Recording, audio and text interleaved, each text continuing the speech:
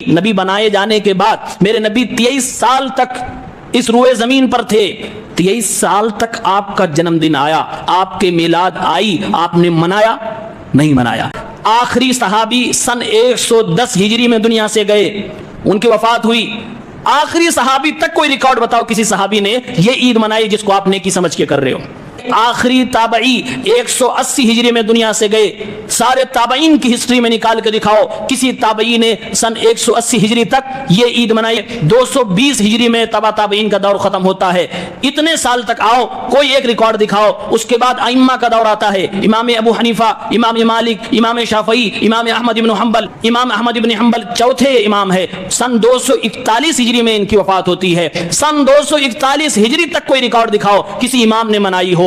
میرے نبی نے فرمایا خیر القرون ہے, یہ سب سے اچھا دور میرا دور ہے. میرے بعد میرے صحابہ کا دور ہوگا, میرے صحابہ کے بعد تابعین کا دور ہوگا, تابعین کے بعد تبع تابعین کا دور ہوگا. ان سینکڑوں سالوں میں کوئی ایک ریکارڈ بھی نہیں ملتا کسی مسلمان نے نبی کریم صلی اللہ علیہ وسلم کی عید میلاد منائی ہو. یہاں تک کہ شیخ عبد القادر جیلانی رحمہ اللہ تک کسی نے منایا.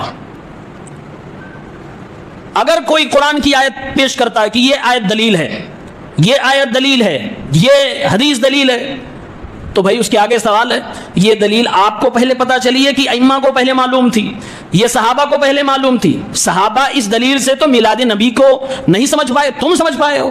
بدعتیوں کی ایک پہچان ہے, وہ پہلے کوئی عقیدہ خود بناتے ہیں, گڑھتے ہیں, اس کے بعد قرآن و حدیث سے منمانی تفسیر کر کے فہم سلف سے ہٹ کر اس کی دلیل بنا لیتے ہیں.